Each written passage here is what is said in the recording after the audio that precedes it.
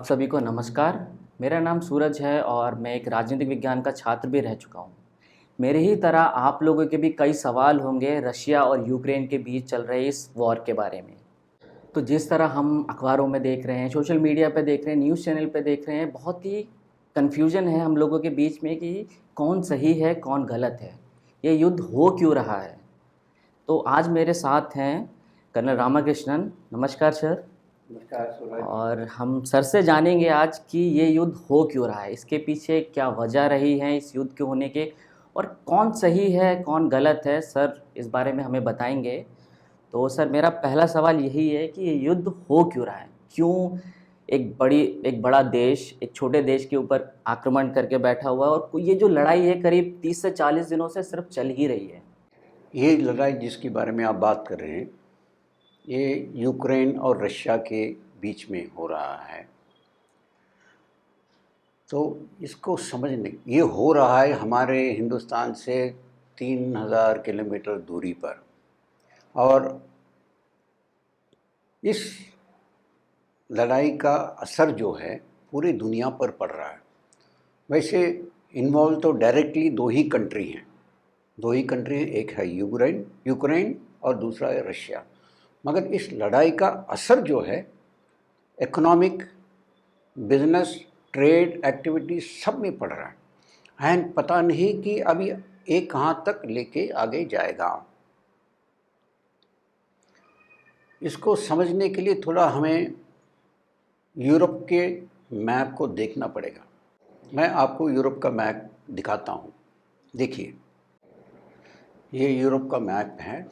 यहाँ आप देखते हैं ये रशिया है, और रशिया यूरोप में है और यूक्रेन उसके बगल का देश है।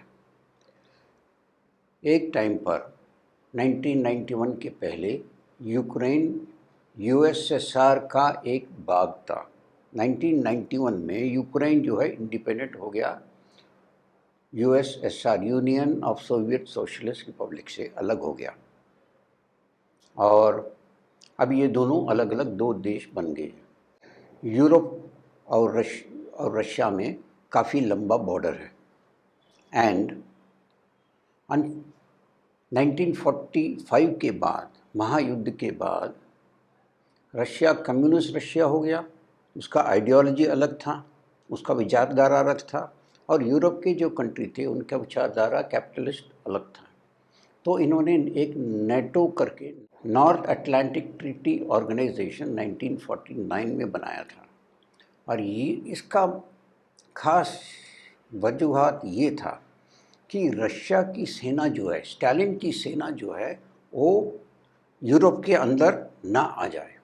यानी स्टालिन की सेना को यूरोप के बाहर ही रोकना ज़रूरी है, ऐसे समझा अमेरिका ने, और 9 कंट्री मिलके 1949 में नेटो बना दिया उन्होंने। ठीक है। तब से जब नेटो बना तो रशिया ने सोचा कि ये तो हमारे खिलाफ लोग जुड़ गए हैं, तो हमें भी उनके खिलाफ कुछ ना कुछ एक ग्रुप खड़ा करना चाहिए। तो इन्होंने वार्सा पैक्ट करके 7-8 अपने कंट्रीज जो हैं, उनके आइडियोलॉजी के जो थे, उनके साथ मिलके वार्सा पैक्ट बनाया। वार्सा पैक्ट और नेटो दोनों आपस में एक दूसरे से भिड़ने के लिए हमेशा तैयार थे। ये काफ़ी लंबे टाइम का ये प्रॉब्लम यूरोप में चल रहा है, but basically it was peaceful till 2022 फरवरी। तो सर मैं ये जानना चाहता हूँ कि इतने सालों से जो शांति थी दोनों ही लोगों के बीच में, अब क्या बात होगी ऐसा कि इनको अब आपस में लड़ना पड़ रहा है। नेटो का क्लियर ऑब्जेक्टिव, एम, रक्षा के खिलाफ लड़ने के लिए तैयार होना चाहिए, ये था। तो रशिया हमेशा उसके तरफ से हमेशा टेंशन रहा है नेटो के लिए। ये 1991 तक, जब तक यूएसएसआर था, तो दोनों नेटो और वार्सा पैक्ट में बैलेंस था। ठीक है। 1991 में यूएसएसआर टूट गया है। उसके साथ साथ वार्सा पैक्ट भी बिल्कुल अलग अलग कंट्रीज अलग अलग हो गए। Warsaw pact cease to exist, वो ख़त्म ही हो गया है। और रशिया का आर्थिक हालात बहुत ख़राब हो गए थे। तकरीबन 15-20 साल रशिया बहुत वीक रहा एंड उसको हमेशा डर लगा रहा है कि नेटो हमारे ऊपर हमला ना कर दे। और रशिया, आपको पता है, यूरोप ही सैकड़ों सालों से आपस में लोग लड़ते रहे हैं, अलग अलग देश लड़ते रहे हैं। और वर्ल्ड वॉर 1 महायुद्ध, पहला महायुद्ध और दूसरे महायुद्ध में रशिया की पॉपुलेशन से कम 2.5 करोड़ लोगों का मृत्यु हुआ। उनके 2.5 करोड़ उनके आर्मी के जवान और वहाँ के पॉपुलेशन जो है उन सबको बहुत तकलीफ़ हुआ। और ये रशिया भूलने के लिए तो तैयार नहीं है और भूल भी नहीं सकता है कि कितना खतरा यूरोप से इसको आ सकता है। ये बड़ी बात है। उनके दिमाग में हमेशा यह डर बैठा हुआ है कि फिर लड़ाई ना हो जाए, और उसके लिए रशिया हमेशा सोचता है कि मुझे तैयार रहना चाहिए। नेटो क्योंकि रशिया के खिलाफ है। यूक्रेन में 1991 के बाद आज़ाद हो गया था। उसके बाद 6 प्रेसिडेंट आए। उसमें चौथा प्रेसिडेंट था विक्टर याकोनोविच। वो आए थे 2010 से 2014 तक। वो रशिया के पक्ष में थे और काफ़ी पीसफुल काम चल रहा था। जब वो निकल गए 2014 के बाद, यूक्रेन के लोगों ने सोचा कि हम नेटो में जाके शामिल हो जाए। रशिया को ये धक्का सा लगा। यूक्रेन के पार्लियामेंट में, असेंबली में उन्होंने पास भी कर दिया कि हम नेटो के पास अपना एप्लीकेशन डालेंगे, अर्जी ले जाएंगे कि हमें उसका मेंबर बना लो। क्योंकि वेस्टर्न यूरोप में और अमेरिका में भी लिखे पढ़े लोग, पॉलिटिकल जो भी लोग थे, उन सबको पता था कि रशिया जो है इस मामले को हल्का नहीं लेगा, वो बहुत सीरियसली लेगा। इसलिए उन्होंने यूक्रेन को नेटो में नहीं लिया। बट 2020 में जब लेटेस्ट प्रेसिडेंट जो है ज़ेलेंस्की आए, उन्होंने उस लेजिस्लेशन को साइन किया और दोबारा एप्लीकेशन नेटो में लगाया और बोलना शुरू किया, और उनको यूरोप के जो भी लोग थे कि हमें नेटो में शामिल करना है, शामिल होना है। रशिया के कान खड़े हो गए और पुतिन जो हैं बार बार बोल रहे थे कि इनको नेटो में शामिल नहीं होना चाहिए। और ये पहली दफ़ा नहीं बोल रहे, पिछले 20 साल से इनके जो पहले वाले जो प्रेसिडेंट जो थे, 2 प्रेसिडेंट थे, येल्सिन और गोर्बाचोव, ये भी, इन्होंने भी पहले यही बात बताया था कि हमारे पास जो भी नज़दीक कंट्रीज़ हैं उनको नेटो में नहीं जाना चाहिए, कि उसमें हमारा खतरा है। पुतिन कम से कम 1.5 साल से बोल रहे हैं कि नेटो में यूक्रेन को ज्वाइन नहीं करना है।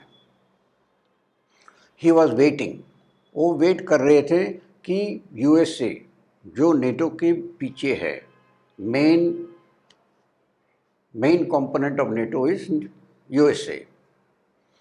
पूरे हथियार, पूरे आदमी जो भी नेटो में यूरोप में है वो यूएसए का ही है। वो कभी ना कभी आके बोलेगा कि जी हम यूक्रेन को नेटो में नहीं लेंगे। मगर यूएसए ने कभी ये नहीं बताया कि यूक्रेन को नेटो में शामिल नहीं करेंगे, ऐसे नहीं बोला। और यूक्रेन ने भी नहीं कहा कि हम नेटो में शामिल नहीं होंगे। तो रशिया को इट इज़ नेचुरल, उसको डर लग गया कि नेटो जो है हमारे घर के दरवाजे पर आ गया है। और नेटो का क्या काम है? नेटो जो है, नेटो कंट्री जो भी हैं उनमें अमेरिका ने मिसाइल रखे हुए हैं, गन्स रखे हुए हैं, सेना वहाँ पे रखे हुए हैं, और इन मिसाइल, प्लेन, गन्स, टैंक्स सब उनसे किसको देख रहे हैं? सब रशिया को देख रहे हैं। तो रशिया को तो डर अंदर होना ही था। तो जब पुतिन ने समझ लिया कि ये लोग मेरी बात नहीं मान रहे हैं और मेरे कंट्री को खतरा है, तो वो चाहता था कि यूक्रेन को समझाना ज़रूरी है। ये क्या बोलते हैं, प्रेम से नहीं समझते तो शायद डंडा ही दिखाना पड़ेगा। पुतिन ने अपने रशियन फौज जो है यूक्रेन के अंदर भेज दिया। वैसे डराने के लिए भेजा था, शायद सोच रहे थे कि यूक्रेन अभी तो मान जाएगा, मगर ऐसा नहीं हुआ है। और ये पिछले 5 हफ्ते से ये लड़ाई जारी है।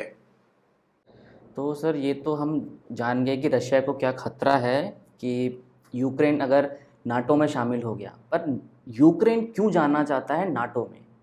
मैंने बताया कि 1991 तक बहुत सारे कंट्री यूरोप के रशिया के साथ में थे, यानी सोवियत रिपब्लिक, वो भी कम्युनिस्ट आइडियोलॉजी के थे। 91 के बाद ये अलग अलग हो गए, यूक्रेन भी 91 में आ गया।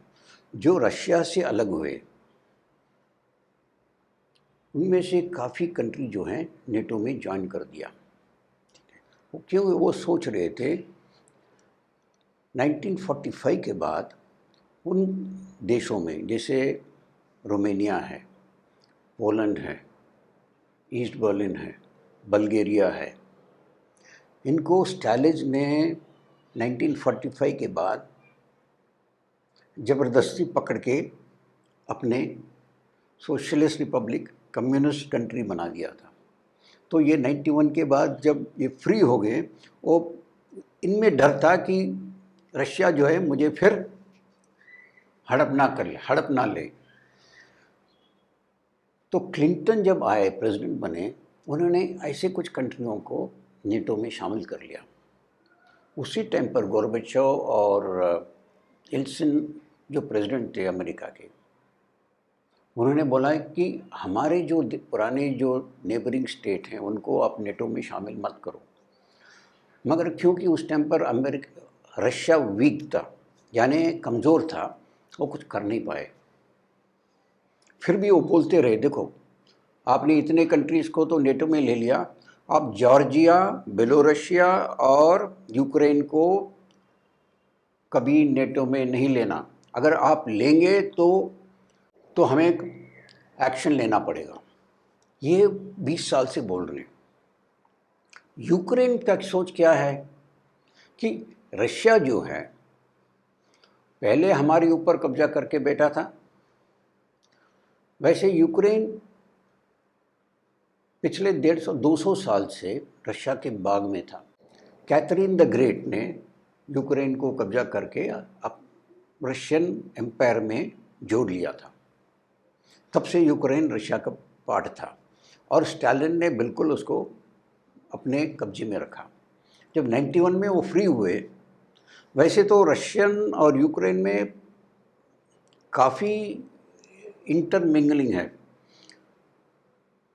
भाषा अलग अलग है, यूक्रेन की भाषा अलग है, रशियन भाषा अलग है, मगर पॉपुलेशन जो है वेस्टर्न साइड में बहुत सारे रशियन रहते हैं, about 10-15% are Russian, 80% on the eastern side are Ukrainian.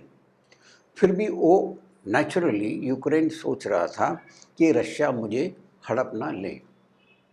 दूसरी बात इकोनॉमिकल, सबको पता है कि यूरोप, स्पेशली वेस्टर्न यूरोप, काफ़ी उसका आर्थिक स्थिति बढ़िया है। एंड यूरोपियन यूनियन में अगर यूक्रेन जाता है तो उसका आर्थिक स्थिति बहुत बढ़ेगा। Ukraine is not a rich country. उसका जीडीपी का ग्रोथ जो है पिछले 10 साल में 2.5% या ऐसे कुछ था। It's not a rich country. तो naturally they want to go with Europe and not with Russia, जिसका आर्थिक स्थिति इतना अच्छा नहीं है। और ये सोच रहे थे अगर नेटो भी आएगा तो हमें हथियार भी मिलेंगे और रशिया हमारे ऊपर हमला करने का हिम्मत नहीं करेगा।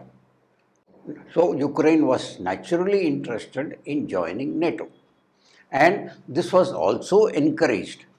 इसको काफ़ी सपोर्ट मिला है यूरोप के दूसरे देशों से और ख़ासकर अमेरिका से। तो सर देखा जाए तो रशिया से अगर हम कंपेयर करें यूक्रेन की आर्मी को किसी भी तरीके से, तो यूक्रेन उस लायक नहीं है कि वो रशिया से मुकाबला कर पाए।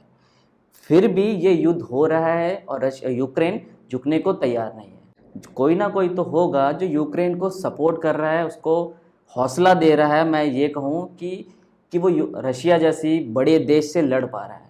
तो मैं ये जानना चाहता हूँ कि वो कौन है। Very good question, very good question Suraj. Yes, इसमें हमें 3 पर्सनालिटीज़ के बारे में थोड़ा जानकारी होना चाहिए। एक है president Biden of United states of America, दूसरा है Volodymyr Zelensky, president of Ukraine आज के दिन, एंड प्रेसिडेंट ऑफ रशिया जो है व्लादिमीर पुतिन। इन दोनों के बारे में थोड़ा सा मालूम हमें होना चाहिए। पुतिन, ये बाइडेन जो हैं, आपको पता है अमेरिका के प्रेसिडेंट हैं और पिछले अगस्त में ही दुनिया ने देखा, दुनिया के सामने हुआ है, अमेरिकन आर्मी जो है, उनके फोर्सेस जो और लोग जो हैं अफ़गानिस्तान से कैसे निकले बाहर। किसी भी अमेरिकन के लिए ये दर्दनाक, शर्मनाक क्या बोलते हैं, हिस्ट्री का एक भाग है कि कैसे वहाँ से 20 साल के बाद बिस्तरा बोरी बांध के उनको भागना पड़ा। और ये हुआ बाइडेन के प्रेसिडेंसी में। तो उसको तो नेचुरली उसका तो क्योंकि इलेक्टेड प्रेसिडेंट है, उसका भी नाम खराब हुआ, कंट्री का भी नाम खराब हुआ और अमेरिकन आर्मी का भी नाम खराब हुआ। ये बाइडेन को तो छुएगा ही। तो अभी वो शायद सोचता है कि मुझे कुछ ऐसे काम करके दिखाना चाहिए कि मैं बहुत बहादुर हूँ, मेरे लोग बहुत बहादुर हैं। अच्छा, ये एक साइड में। तो उसने क्या किया वो बात अलग। ज़ेलेंस्की जो हैं, ये in by profession comedian joke सुनाते हैं। और पहले क्या करते थे, उनके फॉर्मर प्रेसिडेंट के ऊपर, जैसे कपिल शर्मा वगैरह जो हैं, तो पॉपुलर तो है, ये बन गए प्रेसिडेंट यूक्रेन के। ये बोलते थे कि इनको जियोपॉलिटिकल यानी भूगोल राजनीति जो है इनको कम समझ में आता है, क्योंकि भाई profession he is not politician, he is not army man, he has never been in any कोई रिस्पॉन्सिबल पोस्ट कभी में रहे। तो इनको नॉलेज जो है दुनियादारी का, जियोपॉलिटिक्स का बहुत कम है। ठीक है। तीसरा है पुतिन, ये हैं प्रेसिडेंट रशिया के। और दुनिया जानता है कि ये बोलते कम हैं और काम उनका बढ़िया रहता है। 1991 के बाद रशिया का हालत बहुत ख़राब हो गया था, पूरा कंट्री ही डिमोरलाइज हो गया था, उनका सोचना बहुत ख़राब हो गया था। पुतिन ने समझो 20 साल में बहुत काम करके रशिया को इतना ऊपर लाए हैं कि आज वो वर्ल्ड पावर में गिनाया जाता है। पुतिन ज़्यादा बोलते नहीं हैं, जो भी है करके दिखाते हैं। वो जियोपॉलिटिक्स को बिल्कुल अच्छी तरह समझते हैं। बाइडन भी समझते हैं क्योंकि वो भी वाइस प्रेसिडेंट रहे हैं। मगर बाइडन अपने पुराना जो डेबिट जो हो गया था अफ़गानिस्तान से, उससे नाम थोड़ा अच्छा करने के लिए शायद ज़ेलेंस्की को, यूक्रेन को पीछे से भड़का रहे हैं। आप खड़े हो जाओ रशिया के सामने, हम आपको पूरा सपोर्ट करेंगे। तो ये बाइडन और अमेरिका के सपोर्ट से ही ज़ेलेंस्की जो है आगे बढ़ने का हिम्मत कर दिया। मगर ज़ेलेंस्की शायद ये नहीं समझे कि इसका असर उसके कंट्री के ऊपर, उसके सिटीजन्स के, यानी उनके नागरिक के ऊपर कितना बुरा असर पड़ेगा। अभी 6 हफ्ते हो गए, लड़ाई जारी है, यूक्रेन को बहुत नुकसान हुआ है और हो रहा है। अभी तक ज़ेलेंस्की को ये समझ में नहीं आया कि उसके पॉलिसी की वजह से यूक्रेन को कितना नुकसान हो रहा है। तो जैसे कि सर हम देख रहे हैं रशिया और यूक्रेन के युद्ध के बीच में इतने सारे लोग मर रहे हैं और फिर भी ये युद्ध अभी तक ख़त्म होने का नाम नहीं ले रहा है। करीब 30 से 40 दिन हो गए हैं। तो बस ये युद्ध, मैं ये भी जानना चाहता हूँ कि युद्ध कब तक ख़त्म होगा। Very good question. I am sure जब पुतिन ने अपना फ़ौज यूक्रेन के अंदर भेजा था, उन्होंने शायद ये नहीं सोचा होगा कि ये 6 हफ्ते चलेगा। रशियन आर्मी तो बहुत ही पावरफुल है, बहुत ही शक्तिशाली है,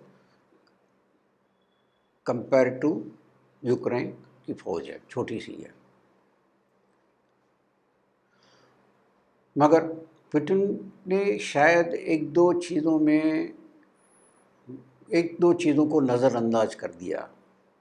एक तो उन्होंने शायद ये नहीं सोचा कभी कि यूक्रेन को सपोर्ट कितना मिलेगा अमेरिका से या यूरोपियन कंट्रियों से।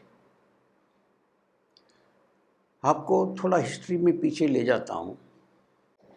2014 में जब विक्टर यानुकोविच जो प्रो रशियन थे, वो जब उनको निकाला गया तो रशिया को प्रॉब्लम हुआ कि सेवास्टोपोल और क्रीमिया जो हैं, जो इनके लिए, रशिया के लिए बहुत ही महत्वपूर्ण पोर्ट यानी बंदरगाह हैं ब्लैक सी में जाने के लिए, यूक्रेन उसको रशिया से वापस लेना चाहता था। तो पुतिन ने तो उस टाइम पर सेवास्टोपोल और क्रीमिया में रेफरेंडम हुआ और वहाँ के लोगों ने बोला कि हम रशिया के साथ मिल लेंगे।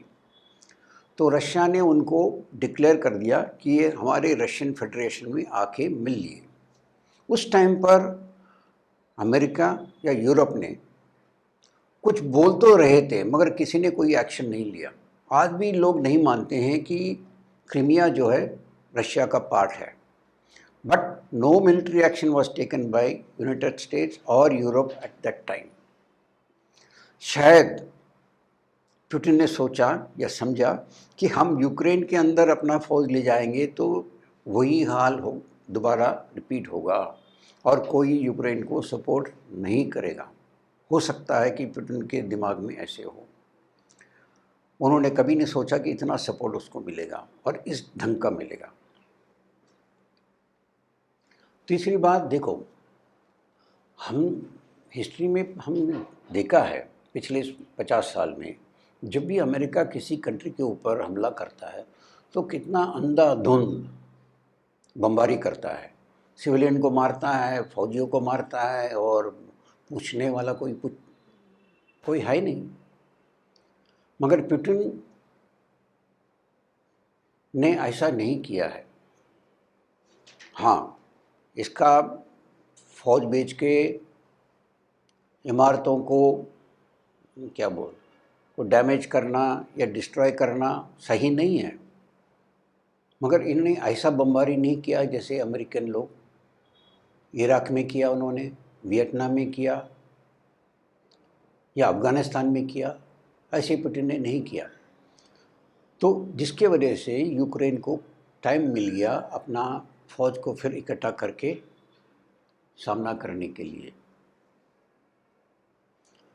And Putin did not go suddenly, उन्हें बहुत टाइम दिया, 1 महीना 2 महीना टाइम दिया था, जिसमें कि यूक्रेन को अपना प्रिपरेशन करने का टाइम मिल गया था। तो आज के दिन रशियन आर्मी जो है पूरा यूक्रेन पे कब्जा नहीं कर पाए हैं।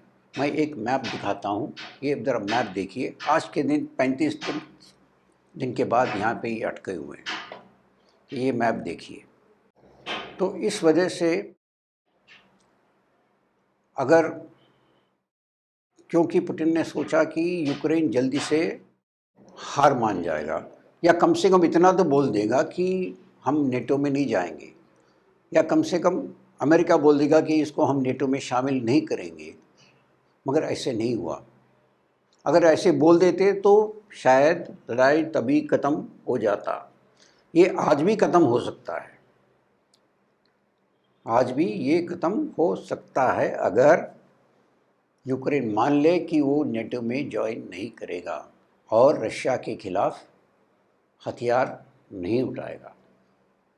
तो सर, जैसा कि हमने जाना कि अमेरिका ही है यूक्रेन के पीछे जो उसको सपोर्ट कर रहा है, पर अब हम ये भी जानना चाहते हैं कि अमेरिका किन तरीक़ों से यूक्रेन को सपोर्ट कर रहा है जिससे यूक्रेन अभी तक लड़ाई करने के लिए रशिया से खड़ा हुआ है।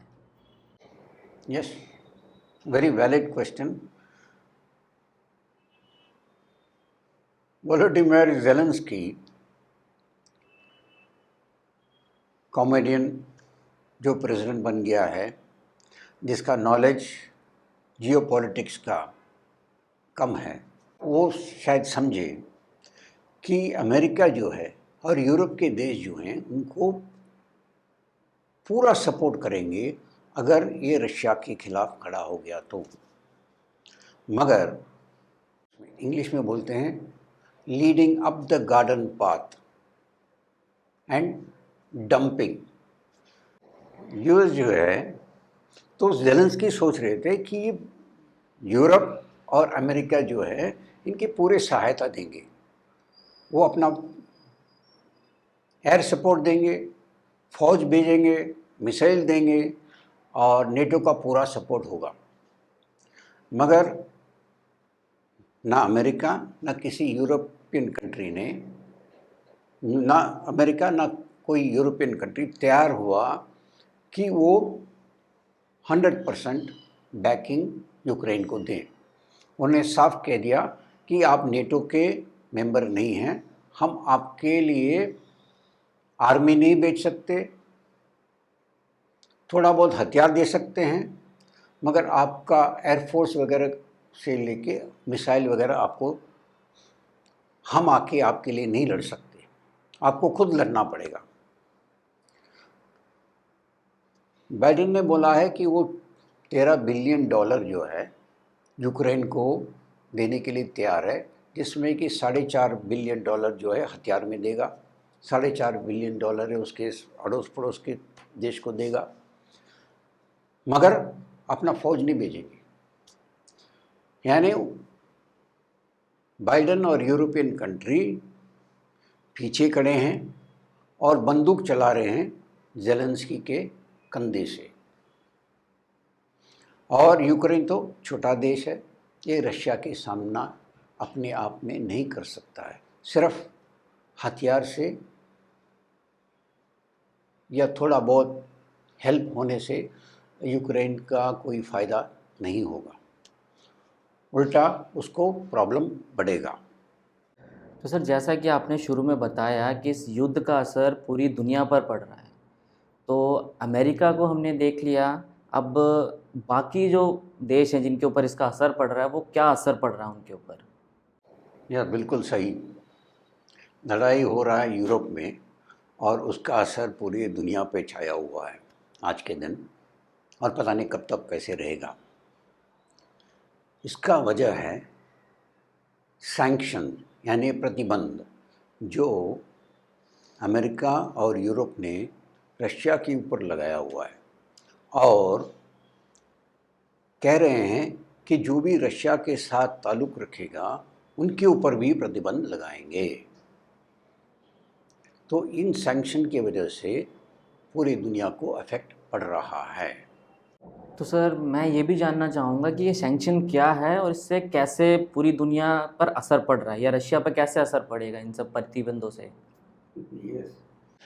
देखो, एक ज़माना था जब दो कंट्री लड़ाई करते थे आपस में, तो युद्ध का मैदान में जो भी होता था वो होता था। आज के दिन ये आर्थिक क्षेत्र जो है ग्लोबलाइजेशन की वजह से इतना सारा फैल गया है, जैसे जाल फैला हुआ है।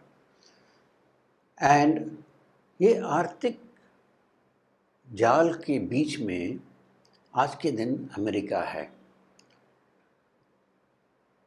कैसे?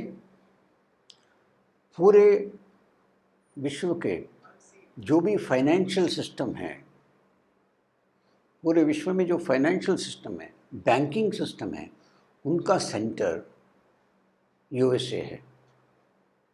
आज के दिन यूएसए का आईटी सेक्टर में भी सबसे ज़्यादा प्रभाव है।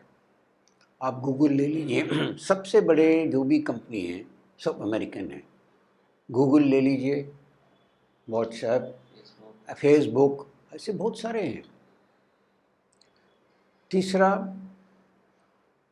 क्योंकि उनके पास फाइनेंशियल कंट्रोल है, उन्होंने सैंक्शन कर दिया कि कोई भी रशिया के साथ आर्थिक संबंध नहीं रखेगा, क्योंकि रशिया जो है पेट्रोल यानी क्रूड ऑयल और नेचुरल गैस दोनों प्रोड्यूस करता है। तो अमेरिका ने कहा कि कोई भी इनसे ना गैस, ना पेट्रोल, ना क्रूड ऑयल खरीदेगा, ताकि उसको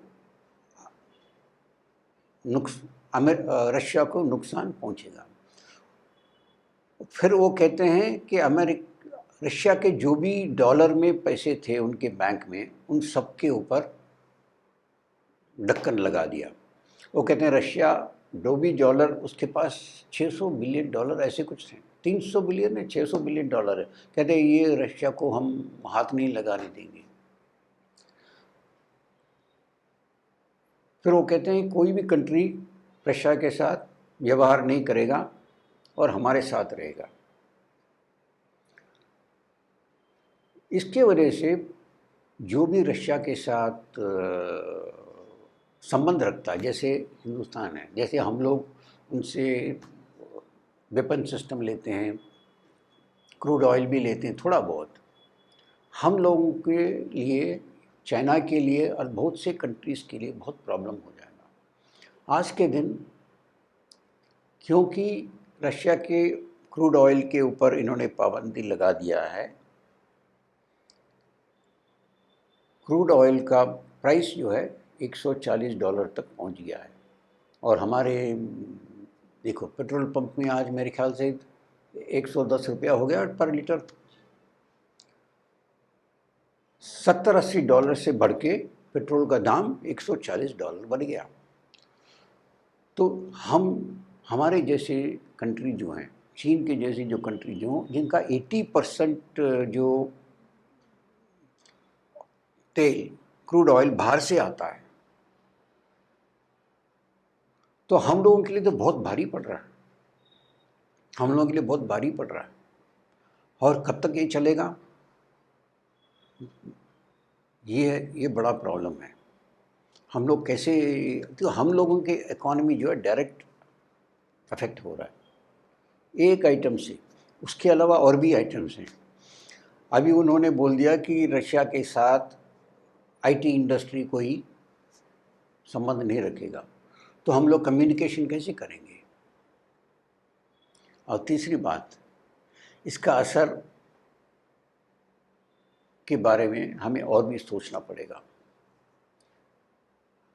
अगर अमेरिका ये रशिया के साथ कर सकता है तो कल किसी और कंट्री के साथ भी कर सकता है। अभी ये डर सब कंट्रियों में बैठ गया है। तो सर अगर इन सब प्रतिबंधों के अलावा भी क्या दुनिया के ऊपर किसी और तरीके का असर हो सकता है इस यूक्रेन और रशिया के युद्ध के हिसाब से? यस, अभी ये लड़ाई जो हो रहा है इसमें एक बहुत ही भयानक भयंकर परिणाम एक निकल सकता है।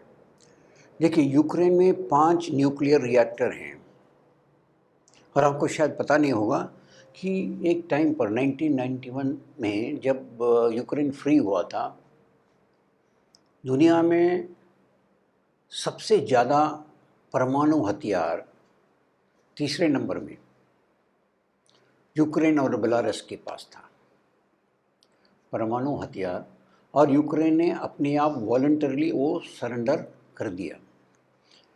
सरेंडर कर दिया इसलिए कि उसको गारंटी दिया था वेस्ट और ईस्ट दोनों ने, अमेरिका और रशिया ने दोनों ने गारंटी दिया था कि उसके ऊपर आक्रमण नहीं होगा, आप अपना हथियार जो है परमाणु हथियार आप सरेंडर कर सकते हैं। यूक्रेन ने तो कर दिया, मगर उसके जो एटॉमिक पावर प्लांट हैं 5 हैं, उनमें से एक शर्नोबिल भी है, आपको याद होगा, जहाँ पे बड़ा एक्सीडेंट हुआ था।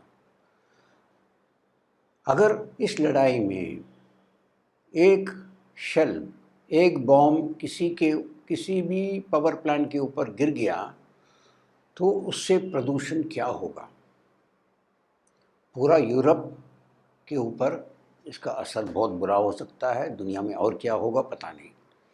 सो this is a very major catastrophe जो हो सकता है। तो पूरे दुनिया में सब लोग जो हैं हाथ पकड़ के बैठे हुए हैं कि ऐसा ना हो। वैसे रशिया भी सोच रहा है कि इस किसी भी पावर प्लांट के ऊपर उसके अगल बगल में लड़ाई नहीं होना चाहिए। बट लड़ाई में क्या होता है हमें नहीं मालूम, क्या हो सकता है मैं नहीं मालूम। This is the fact. So this is a very major danger for everybody, for the whole world. तो सर इस युद्ध से रशिया और यूक्रेन के जो नागरिक हैं उनके ऊपर किस तरीके से असर पड़ा है? पहले मैं यूक्रेन का बात करता हूँ। आज के दिन मैं एक मैप दिखाता हूँ जिसमें आपको पता लगेगा कि यूक्रेन से लोग जो हैं कितने रिफ्यूजी बन के बाहर गए हैं। कम से कम आधे 500,000 यानी 50 लाख लोग जो हैं यूक्रेन से बाहर गए हैं शरणार्थी बन के। और अफसोस की बात यह है कि इसमें 90% जो हैं विमेन एंड चिल्ड्रन, औरतें हैं और बच्चे निकले। तो यूक्रेन के कॉन्स्टिट्यूशन के मुताबिक उन्होंने कह दिया कि अभी लड़ाई हो रहा है, इसलिए 18 साल से ऊपर और 60 साल के जो भी मर्द हैं वो पीछे रहेंगे लड़ाई करने के लिए। औरतों को बाहर अलग अलग देशों में भेज दिया है। पोलैंड में गए हैं लोग, हंगेरी में गए हैं, रोमेनिया में गए हैं,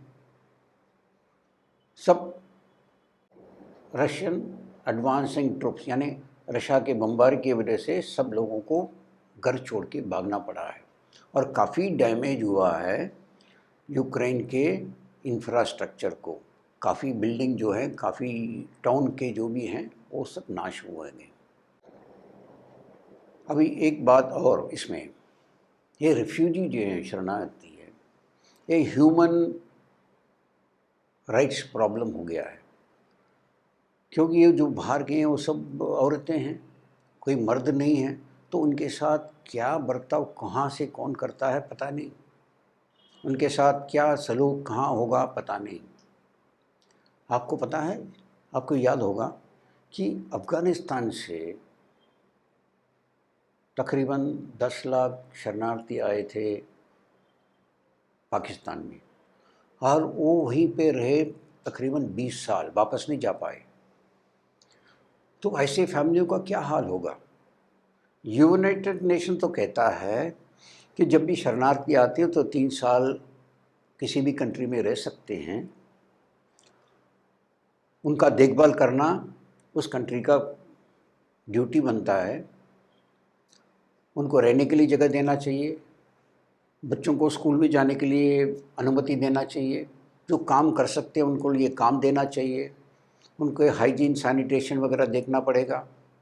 ये सब कहने की बात है, मगर कितना कर पाते हैं। आपको ये भी याद होगा कि हमारे देश में भी बांग्लादेशी जब आए थे, बांग्लादेश छोड़ के शरणार्थी आए थे हिंदुस्तान, हम लोगों को बहुत तकलीफ हुआ। उनको 10 लाख, 15 लाख, 20 लाख लोगों को कैसे आप देखभाल कर सकते हैं, क्योंकि वो उनके पास कुछ भी नहीं है।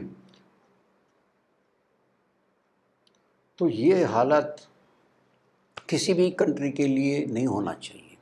और ये जो यूरोप की जो कंट्री हैं वो रिच भी नहीं है, रिच माने वो उनमें उनकी आर्थिक स्थिति ये उतना अच्छा नहीं है कि वो 10 लाख लोगों को एक साथ में देख सकते हैं, देखभाल कर सकते हैं।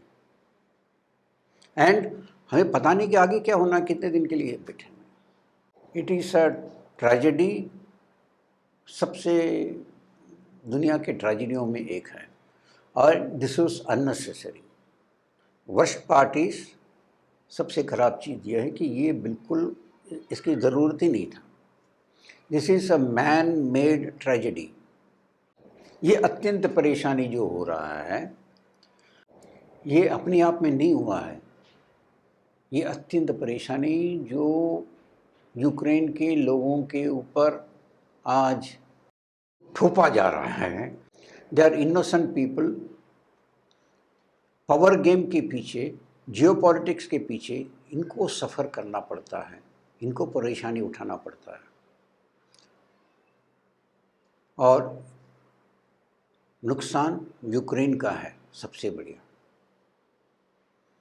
हाँ, रशिया काफ़ी शरणार्थी जो हैं 1.5 लाख नहीं 2 लाख से ऊपर रशिया में भी गए हैं।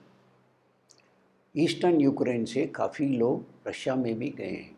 तो ये नहीं कह सकते कि वेस्टर्न यूक्रेन, ईस्टर्न यूक्रेन के लोग ही, उनका ही लाइफ तबाह हुआ है। पूरे यूक्रेन तबाह हो रहा है और इसका जिम्मेदारी अमेरिका है। और असल में अगर अमेरिका ज़ेलेंस्की को इतना सपोर्ट इस तरीके से गलत रास्ते पे नहीं ले जाता तो ये शायद नहीं होता। तो सर मेरा एक और सवाल है कि इस लड़ाई के पीछे क्या चाइना का कोई रोल है? यस, इसमें ये बहुत ही इंटरेस्टिंग सवाल है। देखो, president Trump, he was the first president, और सबसे पहले प्रेसिडेंट हैं जो समझ गए कि अमेरिका का रियल अपोजिशन जो है वो चाइना से है। चाइना ने पिछले 40 साल में अमेरिका को, उसके ट्रेड को ऐसे घेर लिया है। आज के दिन चाइना जो है 40 कंट्रियों के साथ मेजर पार्टनर है ट्रेड में, including India by the way. आपको याद है कि 9/11 के बाद जब 3,500 या 4,000 लोगों की डेथ हुआ था 9/11 में, तो अमेरिकन इतने गुस्सा, उनको इतना गुस्सा आ गया था कि उन्होंने अफ़गानिस्तान को, जहाँ पे ओसामा बिन लादेन था, उसको तबाह कर दिया और 20 साल से अफ़गानिस्तान में बैठे हुए। अभी चाइना ने वुहान वायरस जो पूरे दुनिया में फैल दिया, तकरीबन 10 लाख अमेरिकन कोरोना वायरस से मरे हैं, और ये निकला है चाइना से।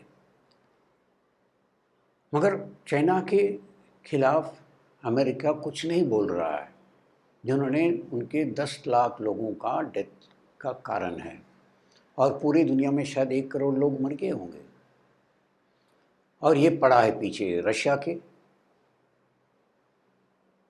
असल में आज के दिन पूरी दुनिया के लिए मेजर हेडेक प्रॉब्लम जो है वो चाइना है, मगर अमेरिका उसके बारे में कुछ नहीं बोल रहा है। ये क्यों नहीं बोल रहा है? हो सकता है ट्रंप जो था वो रिपब्लिकन था, उस रिपब्लिकन जो है अमेरिका में समझ गए कि ये जो कोल्ड वॉर जो बोलते हैं ना, वो 1991 में ख़त्म हो गया। अभी यूएसएसआर तो रहा नहीं। Russia is not able to stand up against anybody. मगर ये डेमोक्रेट जो हैं, ये अभी तक वो शायद समझ नहीं पा रहे।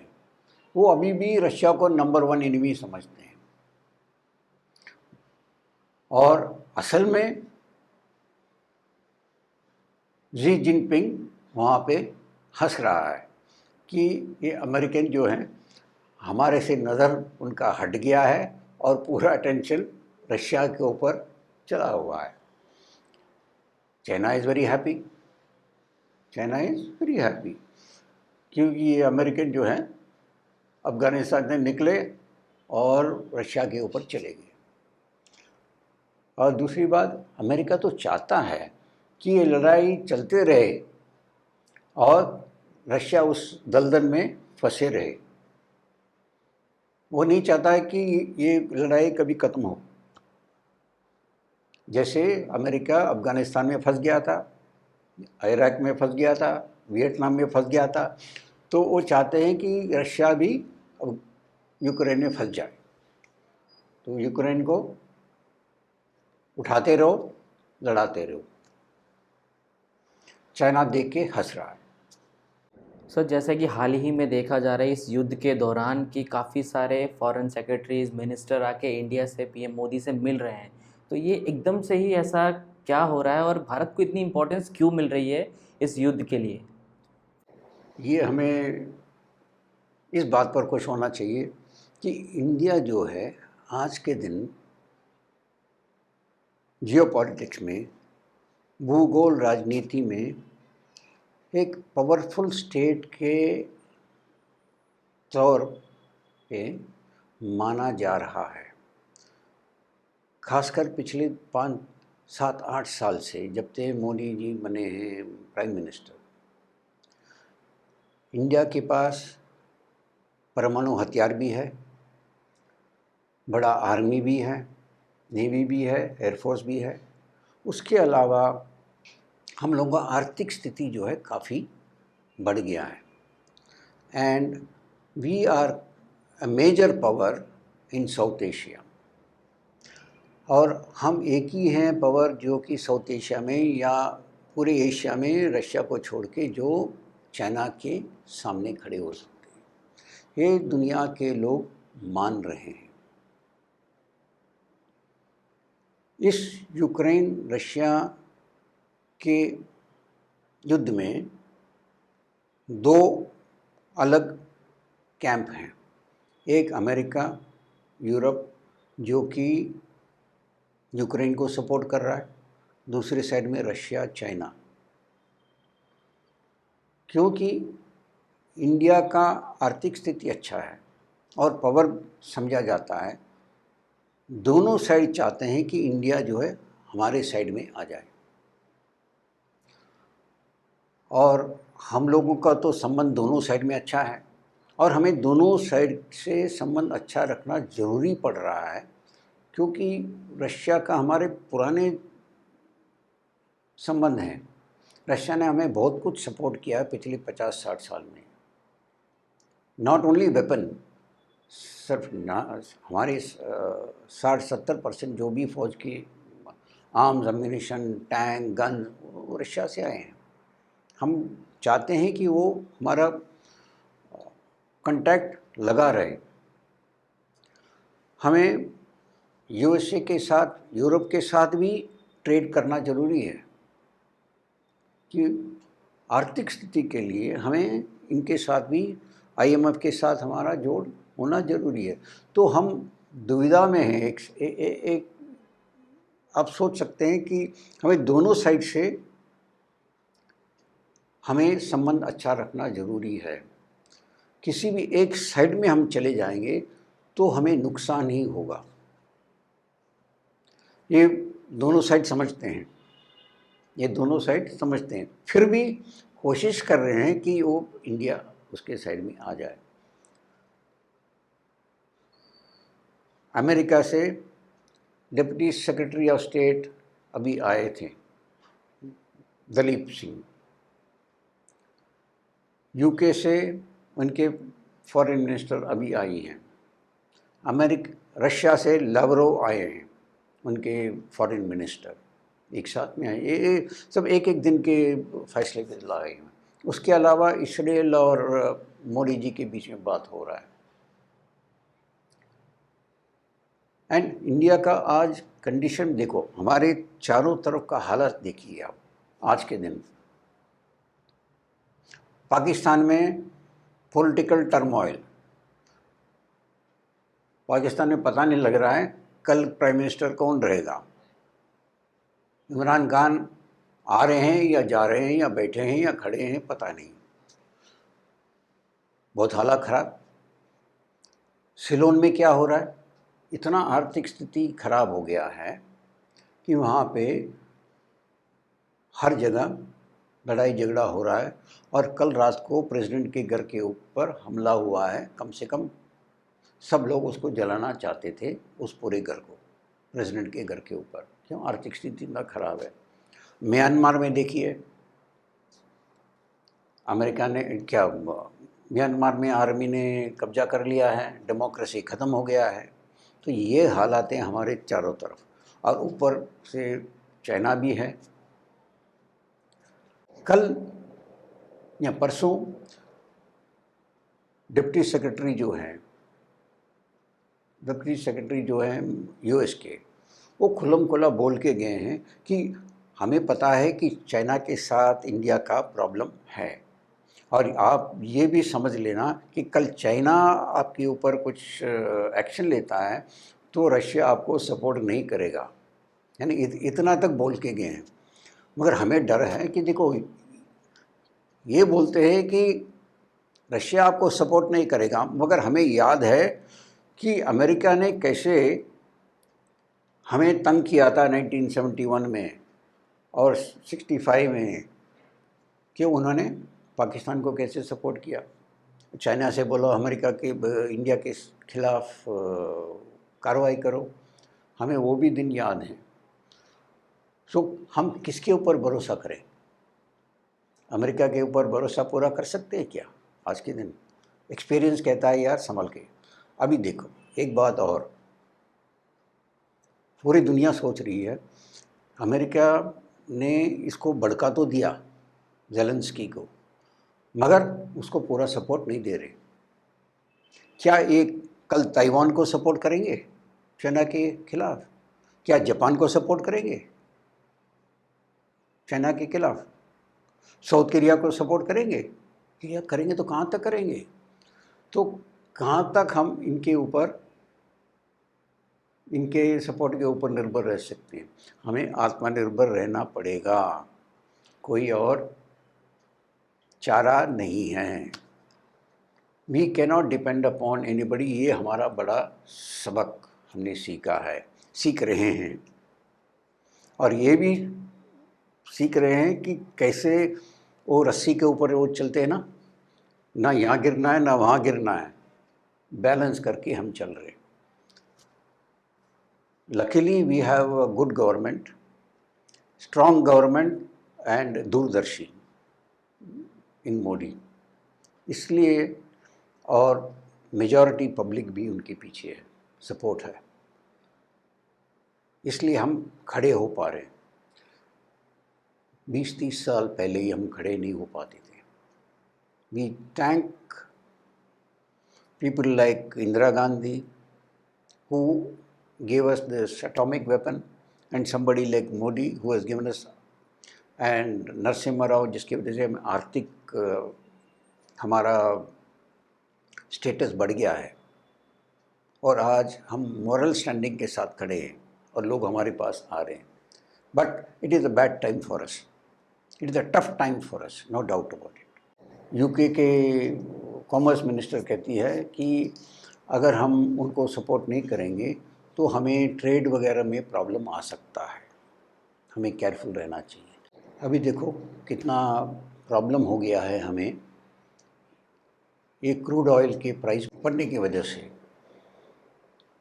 अगर अभी हम ले रहे हैं S-400 रशिया से आर्मामेंट, हो सकता है कि अमेरिका इसके नाम पर हमारे इंडिया के ऊपर सैंक्शन ना लगा दे।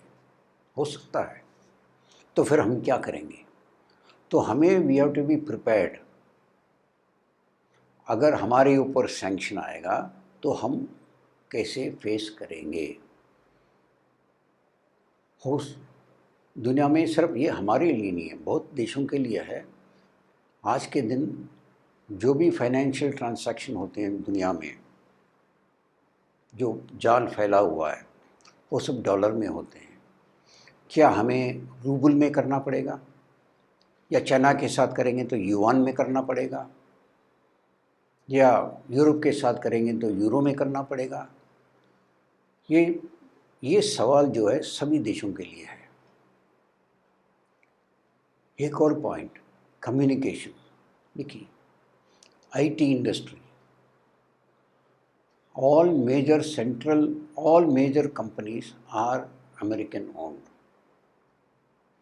अगर ये सर्विस अपना देना बंद करेंगे तो हम लोगों का कम्युनिकेशन क्या होगा? सर्वर सब यूएस में है, तो हमें अपना सर्वर खुद अपना रखना चाहिए क्या? How do we do this? तो these are very major issues. The whole world has to think about it. We cannot afford to have कि कोई हमें ब्लैकमेल करे। अभी अमेरिका जो कर रहा है रशिया के साथ, ब्लैकमेल ही तो है, आर्थिक ब्लैकमेल है, और जिसकी वजह से आर्थिक डैमेज बहुत हो सकता है। और आर्थिक डैमेज से निकल के आना, उसमें बहुत साल लग जाते हैं। तो सर, जैसा कि आपने बताया कि ये जो युद्ध है कोई साधारण युद्ध नहीं था, और इसके पीछे बहुत से लोगों, एक कहूँगा मैं, बुरी राजनीति की वजह से बहुत से बेकसूर लोगों की जान जा रही है। और किस तरह भारत को इस युद्ध से सीख लेनी चाहिए कि अगर कल को कोई भी देश हमारे पर हमला करता है तो ये ज़रूरी नहीं है कि कोई आके आपकी मदद करेगा, आपको अपनी लड़ाई खुद ही लड़नी पड़ेगी। और किस तरीके से अमेरिका ने जो यूक्रेन के साथ किया वो कल को हमारे साथ भी हो सकता है। जो प्रतिबंध रशिया पे लगाए जा रहे हैं दुनिया की तरफ से, वो हम पर भी लग सकते हैं। तो हमें अगले अपने भविष्य में इन सब चीज़ों से सीखना चाहिए। और मैं आपका धन्यवाद करूंगा कि आपने इतनी बहुमूल्य जानकारी हम लोगों के साथ शेयर की। तो उसके लिए आपका बहुत बहुत थैंक यू। नमस्कार। नमस्कार।